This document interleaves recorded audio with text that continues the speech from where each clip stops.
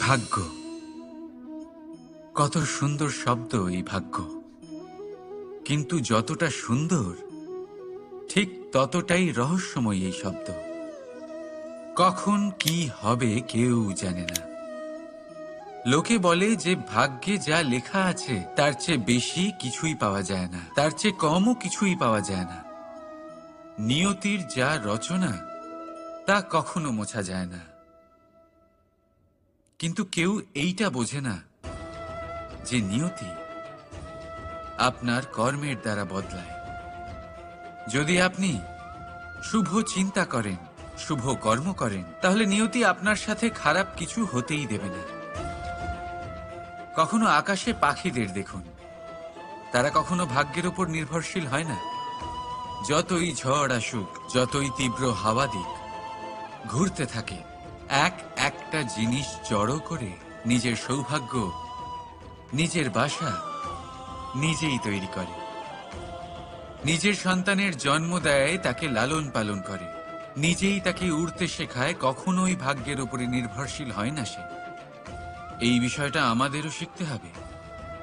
তাই মনে রাখবেন, আপনার ভাগ্য নিয়তির লিখন নয়। আপনার ভাগ্য তাই যেটা আপনি দিনের পর দিন আপনি নিজেই লেখেন। কিছু নিজে পরিশ্রম করে, কিছু নিজের ভাবনার জোরে। রাধা রাধা। মানুষের স্বভাব হলো যে সে সবসময় নিজে বলতে চায়, কারুর কথা শুনতে চায় না। কিন্তু তার এই স্বভাব তাকে এক বিশাল বড় জ্ঞানের থেকে দূরে সরিয়ে রাখে, সামনের মানুষের ব্যক্তিত্বের জ্ঞানের থেকে দূরে।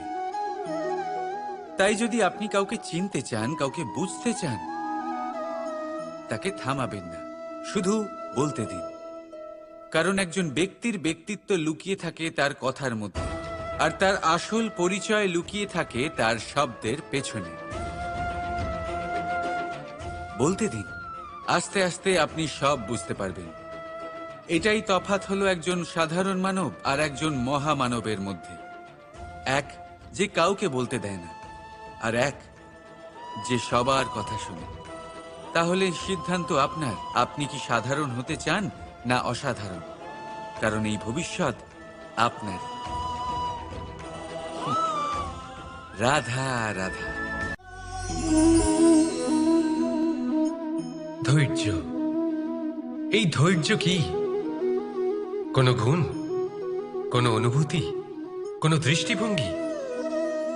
আমার জন্য ধৈর্য এক বাহন। আপনি হয়তো ভাবছেন, এই কেমন বাহন? বাহন তো ঘোড়া হতে পারে, হাতি হতে পারে, উটও হতে পারে, কিন্তু ধৈর্যকে বাহন বানানো মানে? চলুন আপনাকে একটা কথা বোঝাই। পৃথিবীতে এমন কোনো বাহন নেই যে তার আরোহীকে আছড়ে ফেলেনি।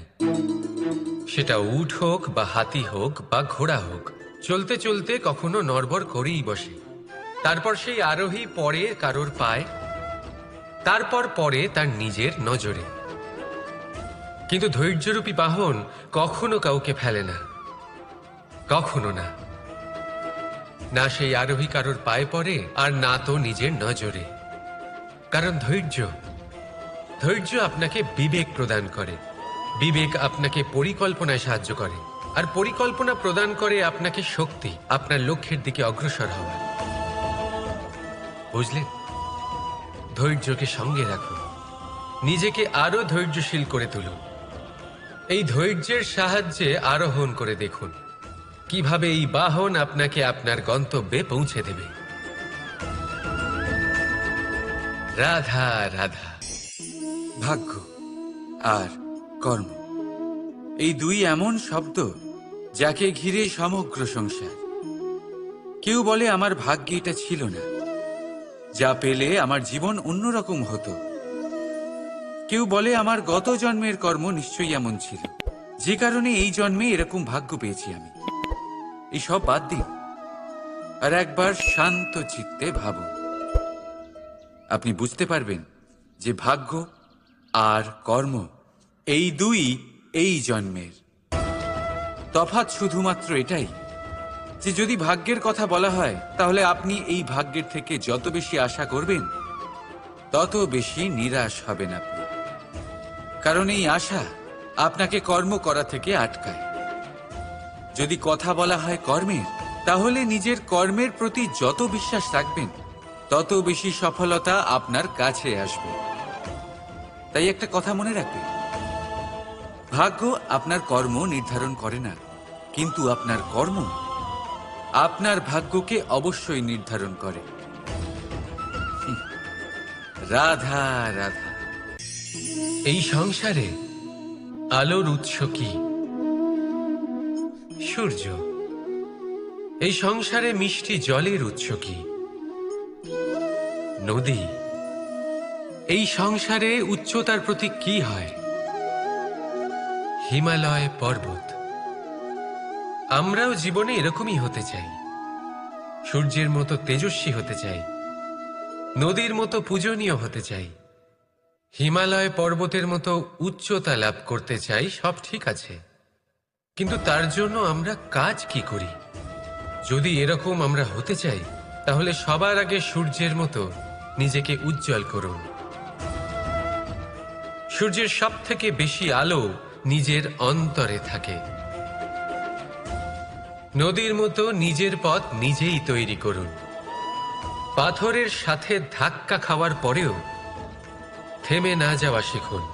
হিমালয় পর্বতের মতো উচ্চতা লাভ করতে হলে সেটার মতো অটল থাকতে শিখুন। একটা কথা অবশ্যই মনে রাখবেন, নিজেকে জ্বালাবেন, তবেই সংসারকে আলোকিত করতে পারবেন। রাধা রাধা।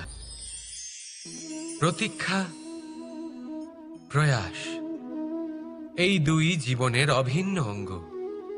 দেখতে গেলে আমরা জীবনে কারোর না কারোর প্রতীক্ষা অবশ্যই করি। সে কোনো ব্যক্তি হোক বা সময় হোক বা কোনো ভাবনা, সবকিছুই হতে পারে। আর দেখতে গেলে সব সময় কেউ না কেউ কিছু প্রয়াসও করে চলেছে। যেমন সাফল্য আসার প্রতীক্ষা, বিফলতা যাতে না আসে তার জন্য প্রয়াস, সুখ আসার প্রতীক্ষা, দুঃখ যাতে না আসে তার জন্য প্রয়াস। এবার প্রতীক্ষা আর প্রয়াসের মধ্যে এক ঘনিষ্ঠ সম্পর্ক রয়েছে, আর তা হলো যিনি প্রতীক্ষা করেন তিনি ঠিক তাই পান যা একজন প্রয়াস করা ব্যক্তি পেছনে ফেলে আসে। তাই প্রতীক্ষা নয়, প্রয়াস করুন। এই প্রয়াসের মধ্যেই সুখের চাবিকাঠি রয়েছে। রাধা রাধা। মানুষ কর্ম করেন, আমি বারংবার বলি যে ফলের আশা করবেন না। তাও মানুষ কোথাও না কোথাও নিজের কর্মের বদলে কোনো না কোনো ফলের আশা অবশ্যই রাখেন। কখনো তিনি সফল হন, কখনো অসফল। সেই জন্যই আমি বলি যে ফলের আশা কখনো রাখবেন না, কারণ সাফল্য বা অসফলতা মনের মধ্যে রাখলে কখনো কোনো লাভ হয় না। যদি সাফল্য মনের মধ্যে রাখেন তাহলে অহংকার জন্ম নেবে। যদি অসফলতা মনের মধ্যে রাখেন তাহলে এক হীনমন্যতায় আপনি ভুগবেন, যা দিয়ে কোনো শুভকর্ম হবে না। সেই জন্য শুধুই কর্ম করে যান, কর্মেই মগ্ন থাকুন। আর আসুন আমার সাথে ভালোবেসে বলুন, রাধা রাধা। বন্ধু আর শত্রু প্রত্যেকের জীবনের একটা বড় অংশ এর উপরে নির্ভরশীল হয়ে থাকে। আপনার জীবনে সফলতা আর অসফলতাও এর উপরে নির্ভরশীল। কিন্তু এই বন্ধু এবং শত্রুদের খুঁজে পাওয়ার জন্য আপনাদের বাইরে যাওয়ার প্রয়োজন নেই, কারণ এরা স্বয়ং আপনার ভেতরেই আছে। আপনি যদি বিনম্র থাকেন, যদি আপনি নিরন্তর প্রয়াস করতে পারেন, তাহলে আপনার কোনো বন্ধুর প্রয়োজন নেই। যদি আপনার মধ্যে অহংকার থাকে, যদি প্রতি কথায় আপনার মধ্যে ক্রোধ উৎপন্ন হয়, তাহলে আপনার শত্রুর কোনো প্রয়োজনই নেই। নিজের অন্তরের এই বন্ধু ও শত্রুকে চিনুন, আর আমার সাথে ভালোবেসে বলুন, রাধা রাধা। একে চিনতে পারলেন? একে কুঠার বলা হয়। আপনারা জীবনে কোথাও না কোথাও কোনো না কোনো রূপে এটা দেখেই থাকবেন। একটা ব্যাপার নিশ্চিত, এই কুঠার ছাড়া কোনো বৃক্ষকে কাটতে পারা সরল নয়। এবার আপনি কখনো এটা ভেবেছেন, এই কুঠার, এর এই অংশ, এর মুখটাই যদি না থাকে তাহলে কি হবে? এ শুধুমাত্র কোনো বৃক্ষই নয়, তার কোনো ডালও কাটতে সক্ষম হবে না। এবারে ভাবুন, এই শুকনো কাঠের হাতল এ আমরা কোত্থেকে পেলাম? কোনো এক বৃক্ষ থেকেই। সেই ডাল যাকে কেটে ফেলা হয়েছিল এক বৃক্ষকে কাটার জন্য, এই ডালই শস্ত্ররূপে প্রস্তুত। আমাদের জীবনে আমাদের প্রিয়জন, আমাদের আপনজন যখন সময় কখনো কখনো তাদের সঙ্গ না দেয়, যদি তারা দৈন্য দশায় থাকেন, তাহলে তাদের সঙ্গ কখনো ছাড়বেন না। ওনাদের প্রয়োজন শুধুমাত্র মনোবল। তা তাদের দিন, তাদের সাহায্য করা আপনার কর্তব্য। হয়তো তাদের সাথে থেকে আপনার কোনো লাভ হবে না, কিন্তু তাদের দূরে থাকাতে আপনার ক্ষতি অবশ্যই হতে পারে। সর্বদা সাহায্য করুন। সঠিক সময় আসলে তা আপনার সহায়ক অবশ্যই হবে। রাধা রাধা। আমাদের মধ্যে বেশিরভাগ মানুষেরই এই অভিযোগ থাকে যে মানুষ তখনই আমাদের স্মরণ করেন যখন সেই সময় আসে যখন আমাদেরকে প্রয়োজন হয়, যখন কোনো কাজ থাকে। যখনই এই সময় পেরিয়ে যায়, তাদের কার্যসিদ্ধি হয়ে যায়, তারা আমাদের থেকে দূরে চলে যান, ভুলে যান আমাদের। এবার এই বিষয়ে ভেবে খারাপ অবশ্যই লাগে। এই পরিস্থিতিকেই অন্য এক দৃষ্টিভঙ্গি দিয়ে দেখার চেষ্টা করুন। মনে রাখবেন, মানুষ প্রদীপের সন্ধান তখনই করেন যখন তার জীবনে অন্ধকার থাকে। আপনি প্রসন্ন হয়ে উঠুন, কারণ আপনার কাছে সেই সুযোগ আছে যে কারোর জীবনে প্রকাশের কিরণ আনতে পারছেন, কাউকে সঠিক পথ দেখাতে পারছেন, কারোর সহযোগিতা করতে পারছেন, এই পুণ্য অর্জন করতে পারছেন। কারোর থেকে কোনো আশা রাখার দরকার নেই। যার আপনাকে যতটা প্রয়োজন তাকে ততটাই সাহায্য করুন, ততটাই সবাইকে প্রেম বিতরণ করুন। আর এই প্রেমের ভাব নিয়েই আমার সাথে বলুন, রাধা রাধা। এটা সেই নৌকার প্রতিরূপ যা আমাদের নদী পার করায়। এবার বিষয়টা একটু ভেবে দেখুন, সেই বিশাল নৌকা যা আমাদের নদী পার করায়, সেটার নির্মাণ নদীতে নয়, ডাঙায় হয়। আর যদি আমরা এটাকে নদী অবধি পৌঁছতে চাই, তাহলে আমাদের দরকার পড়ে কোনো গরুর গাড়ির অথবা ঘোড়ার গাড়ির। তার সাহায্যে একে বহন করা হয়। এবার পথে যদি কোনো জলধারা আসে, কোনো নদী আসে, আর সেটাকে পার করতে হয়, তাহলে তখন সেই নৌকার ওপরে গাড়ি রাখা হয়, তারপর তাকে পার করা হয়। অর্থাৎ এই যাত্রা দুজনের সংযোগ ছাড়া সম্পূর্ণ হতেই পারবে না। সেই জন্যই এই প্রবাদ আছে, কখনো নৌকা তো কখনো গাড়ি। আমাদের সম্পর্কের মধ্যে অতি আবশ্যক, আমাদের সম্পর্কের মধ্যে অত্যন্ত গুরুত্বপূর্ণ হল সংযোগ। সবসময় একসাথে চলা, সংযোগ স্থাপন করা। সবসময় সুখী থাকবেন। রাধা রাধা। পুস্তক, পুস্তক থেকে আমরা কি না শিখতে পারি।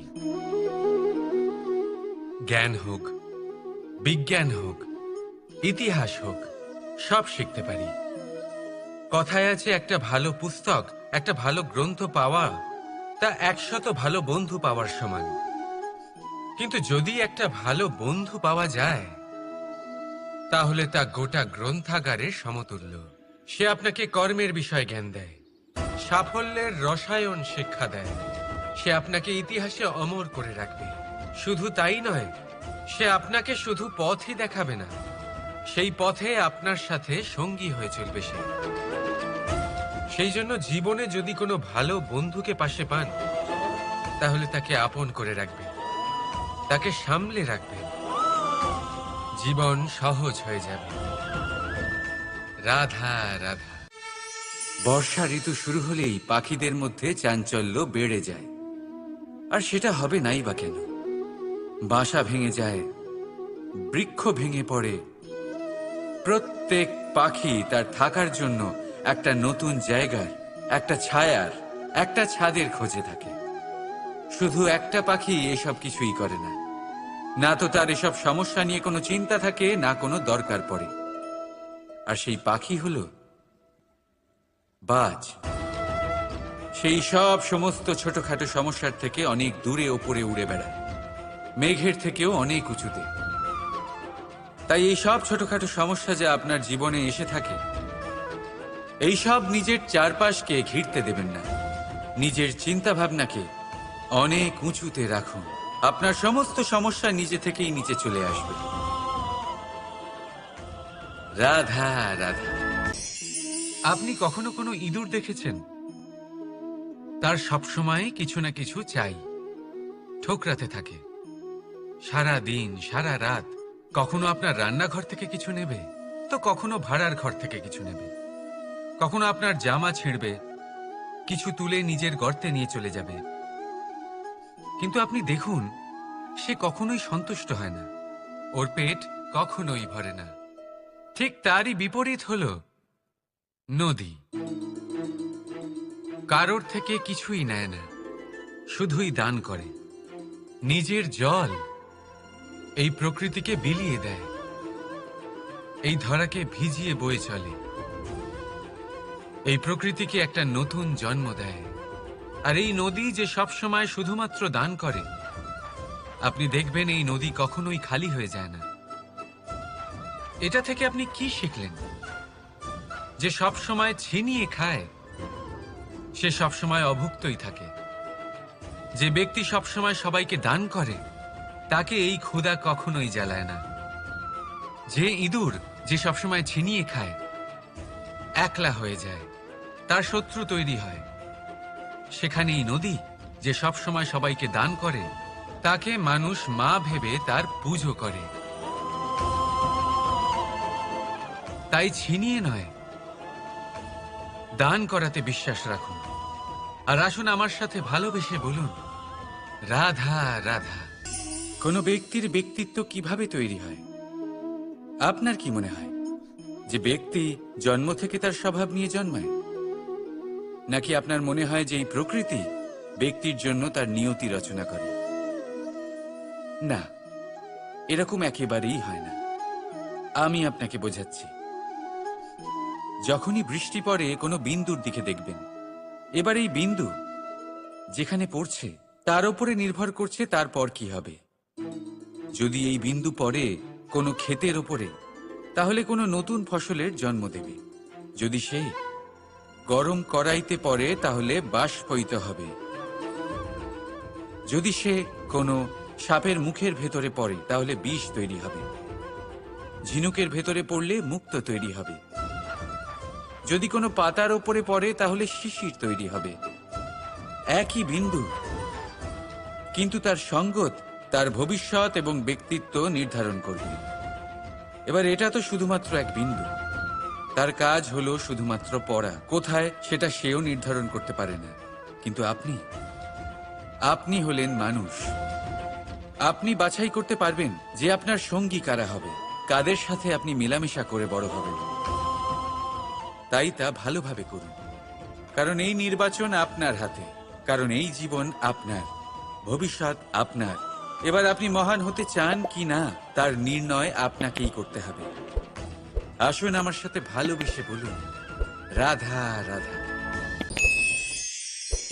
সুরক্ষা প্রত্যেক ব্যক্তির জন্য গুরুত্বপূর্ণ, কিন্তু এটাই মানুষের সবথেকে বড় শত্রু। কিভাবে? ভেবে দেখুন। একজন মানুষ যখন একটা সুরক্ষিত পরিবেশে থাকে, তখন তার মধ্যে আলস্য চলে আসে। সে জানে যে আমাকে না ভবিষ্যতের জন্য কিছু করতে হবে, আর না আজকের জন্য কিছু করতে হবে, শুধুই জীবন যাপন করতে হবে। এই সুরক্ষা কবচ থেকে বাইরে বেরোনো অত্যন্ত জরুরি। ভাবুন, পাখি যে তার সন্তানকে জন্ম দেয়, কিছুদিন পরে তাকে তার বাসা থেকে বের করে দেয়। কেন? যদি এরকম না করে, তাহলে সেই সন্তান জীবন কাটাতেই শিখবে না। যদি তাকে ডাল থেকে নিচে না ফেলে দেয়, সেই সন্তান উড়তেই শিখবে না। তার পাখনা শক্তিশালী হবেই না। সে তার নিজের বাসা তৈরি করার চেষ্টাই করবে না। পাখি তার বাসা তখন তৈরি করে যখন তার অভিভাবক তাকে ত্যাগ করে। মনে রাখবেন, আপনি সুরক্ষা কবচের বাইরে বেরোলে বিপদ অবশ্যই আসবে, যার জন্য আপনি সতর্ক হবেন, তার মোকাবিলা করবেন, শক্তিশালী হবেন। এবার সেই বিপদ যাতে আর না আসে সেই জন্য আপনি পরিকল্পনা করবেন। তাই যদি আপনি নিজের বিকাশ চান, তাহলে যখনই আপনার মনে হবে যে আপনি একটা সুরক্ষিত পরিবেশে রয়েছেন, সুরক্ষিত কবচের মধ্যে রয়েছেন, তখন সেখান থেকে বাইরে বেরোন। সেখানেই পাবেন আপনার বিকাশ। রাধা রাধা। এই উই ধরা গাছের গুড়ি দেখতে পাচ্ছেন আপনারা? কোনো এক সময় এটা একটা সুগঠিত কাণ্ড ছিল। কোনো একদিন এক সুদূর বন থেকে একটি উই পোকা এখানে আসে, এতে বাসা বানায়।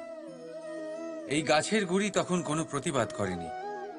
তারপর দেখতে দেখতে সময়ের সাথে আরো উই এখানে জমাট বাঁধে, আর ক্রমাগত তাদের সংখ্যা বাড়তে থাকে।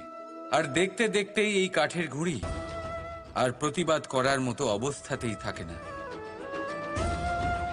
নিজেই এক শুকনো কাঠে পরিণত হয়। কিছু বুঝতে পারলেন? অসৎ সঙ্গ, অসৎ অভ্যাস সময় থাকতে থাকতে বন্ধ করে দিন। আর যদি এরম না হয়, এ আপনার জীবন চক্র স্তব্ধ করে দেবে। রাধা রাধা। এই পাত্র দেখছেন আপনারা? কি সুন্দর এটা! জলকে শীতল রাখে আর ঘরকে সুন্দর। এবারে ভাবুন, যদি এই পাত্র আমার হাত থেকে পড়ে যায় তাহলে? ভেঙে গেল, তাই না? এবার এবার কি হবে? আপনি বলবেন সহজ ব্যাপার, আরো একটা পাত্র কিনে নাও, এক মুদ্রায় পেয়ে যাবে। এই পাত্রের বাস্তবিক মূল্য আপনি যদি জানতে চান, তাহলে সেই কুম্ভকারকে জিজ্ঞাসা করুন, যিনি এই পাত্র বানিয়েছেন। কতটা পরিশ্রম করতে হয়েছে ওনাকে তা জিজ্ঞেস করুন। সর্বপ্রথম তিনি সেই মাটি মেখেছেন, তারপর তাকে চাকায় বসিয়ে গঠন করেছেন, তারপর কতবার চেষ্টা করে তাকে সঠিক আকার দিয়েছেন, তারপর আগুনের তাপে পুড়িয়ে তাকে কঠিন বানিয়েছেন, তারপর রং করে তাকে সাজিয়ে আমাদের সামনে প্রস্তুত করেছেন। এত পরিশ্রম দ্বারা তৈরি এই পাত্র আমরা স্বল্প দামে নিজের করে নিলাম। এটাই হয় পরিবারের সাথেও। অনেক সময় মানুষ আবেগের বশে, স্বার্থের কারণে এই পরিবারকে ভেঙে ফেলে। কখনো ভেবেছেন সেই মাতা পিতার বিষয়, যারা সেই পরিবারকে গড়ে তুলেছেন, তাকে আগলে রেখেছেন, পালন পোষণ করেছেন? কখনো ভেবেছেন সেই বিষয়ে? ভবিষ্যতে যদি কখনো এরকম কোনো চিন্তাধারা মাথায় আসে, এমন কোনো ভাবনা আসে যার কারণে আপনি পরিবারকে ভাঙতে চলেছেন, নিজেকে আটকে নিন।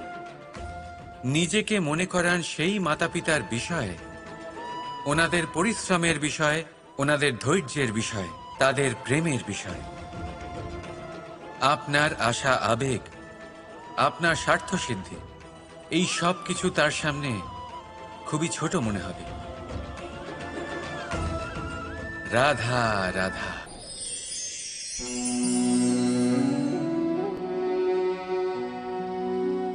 করে দিলাম শেষ। সংসার সর্বদা কৃষ্ণকে এই কথা শোনাবে যে কৃষ্ণ নিজেই নিজের মামার হত্যা করেছে। কিন্তু এটা সময়ের প্রয়োজন ছিল। আর এই কিন্তু হত্যা নয়, বধ ছিল। আর ব্যক্তি নিজের বধ নিজেই ডেকে আনে। এই সংসারে এগিয়ে চলা অতি আবশ্যক, কিন্তু কোথায় নিজেকে থামাতে হবে সেটা জানা তার চেয়েও বেশি আবশ্যক।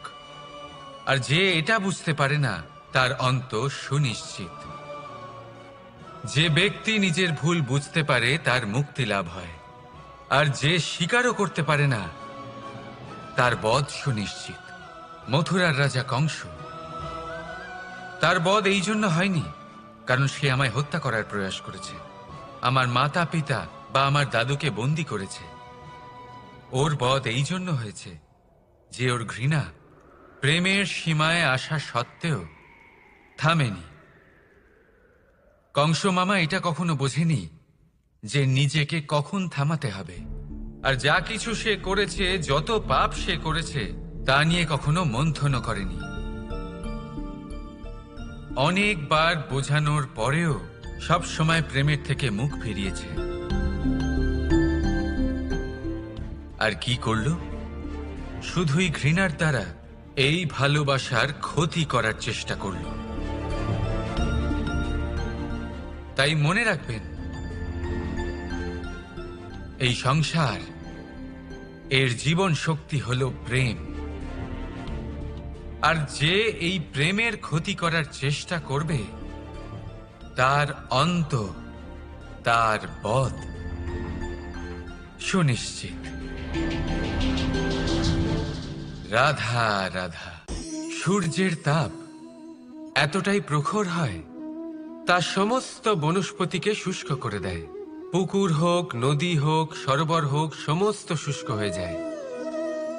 কিন্তু আপনি কখনো শুনেছেন সূর্যের তাপে সমুদ্র শুকিয়ে গেছে? এমন কখনোই হয় না। আর এর পিছনেই লুকিয়ে রয়েছে এক অমূল্য জীবনের শিক্ষা। সমুদ্রের মতো নিজেকে ধৈর্যশীল করে তুললে, নিজেকে সংযমী করে তুললে, সূর্যের তাপ আপনার কোনো ক্ষতি করতে পারবে না। আপনার অন্তর থেকে সেই তাপ বাষ্পায়িত হয়ে মেঘ তৈরি হয়ে সূর্যকে ঢেকে দেবে। আর তারপর হবে শুধু সাফল্যের বৃষ্টি। তাহলে আসুন আর আমার সাথে ধৈর্যের সাথে বলুন, রাধা রাধা। মানুষ অসুস্থ কেন হন? শারীরিক দুর্বলতার কারণে? না, মানুষ অসুস্থ হন তার মানসিকতার কারণে, তার বিবেকের কারণে, তার কর্মের কারণে, তার ক্রোধের কারণে। আর যখন কেউ সুস্থ হন, ঠিক হয়ে যান, তার মানে এটা নয় যে শুধু ওষুধের জন্য তিনি সুস্থ হয়েছেন। না, এটা কারোর তার প্রতি প্রেমের প্রভাব, বিশ্বাসের প্রভাব, সম্বলের প্রভাব। শুধুমাত্র ওষুধ দিয়ে কিছুই হয় না। যদি মনে প্রেম থাকে, বিবেক থাকে, বিশ্বাস থাকে, সম্বল থাকে, তবেই সেই ওষুধ কাজ করতে পারে। তাই মনে রাখবেন, এই জীবন হলো অত্যন্ত ছোট। মনে প্রেম ভাব রাখুন, মিত্রতা করুন, শত্রুতা নয়। ভালোবাসুন, বিদ্বেষ নয়। আর এই ভালোবাসার সাথেই বলুন, রাধা রাধা। মানুষ জীবনে সব সময় চিন্তা করে, ভাবতে থাকে যে তার জীবনে কতই না সমস্যা। তারপরে নিজের আশেপাশে দেখে আর ভাবে যে সবাই কত প্রসন্ন, শুধু আমার জীবনেই সমস্যা আছে। কিন্তু বিষয়টা তা নয়। শুধু প্রত্যেক ব্যক্তিরই নয়, প্রত্যেক প্রাণীরও জীবনে সমস্যা আছে। এবার মানুষ একটা পাখিকে দেখে এটাই ভাবে যে এদের জীবন কতটা সহজ। কোনো দেশেরই সীমারেখা এদের ওপর লাগু হয় না। কোথায় থাকবে সেই নিয়েও কোনো ভাবনা নেই। কত শান্তির জীবন এদের। তারপর সে একটা পিঁপড়েকে দেখে আর এটা ভাবে, কি অসাধারণ, এদের তো সারা জীবনই মাটির উপরেই অতিবাহিত হয়, খাবারটাও মাটিতেই পেয়ে যায়। কি শান্তির জীবন এদের। কিন্তু যখন কোনো ঝড় আসে, তখন সবার আগে সেই পাখির বাসাটাই ঝড়ে ভেঙে যায়। এই পাখি যে শাখাতেই গিয়ে বসে পড়ুক, তাদের উপর সবসময় সংকট থাকে যে ওপর থেকে কোনো বড় পাখি এসে তাদের উপর প্রহার না করে, তারা নিজেদের প্রাণ না হারায়। আর যদি কথা বলি পিঁপড়েকে নিয়ে, এদের উপর সবসময় সংকট থাকে যে কোনোভাবে বাতাস বা জল এদের ভাসিয়ে না নিয়ে যায়, কোনো প্রাণী ওকে পা দিয়ে পিষে না দেয়, এই পিঁপড়ে পিষ্ট হয়ে না মারা যায়। দেখুন, সমস্যা প্রত্যেকের জীবনে রয়েছে, আর এই সমস্যা আসতেই থাকবে। এর অর্থ এটা নয় যে এই সমস্যার সম্মুখীন হওয়া যায় না, এর সমাধানও সম্ভব নয়। প্রত্যেক সমস্যার সমাধান অবশ্যই আছে, শুধু শান্ত মনে সেটা খুঁজে বের করতে হবে। তাহলে সেটাই করুন, প্রত্যেক সমস্যার সমাধান করতে থাকুন। যত সমাধান করবেন জীবন আনন্দময় হয়ে উঠবে। যদি সমাধান না করেন তাহলে আজীবন দুঃখই পেতে থাকবেন। আসুন আমার সাথে ভালোবেসে বলুন রাধা রাধা।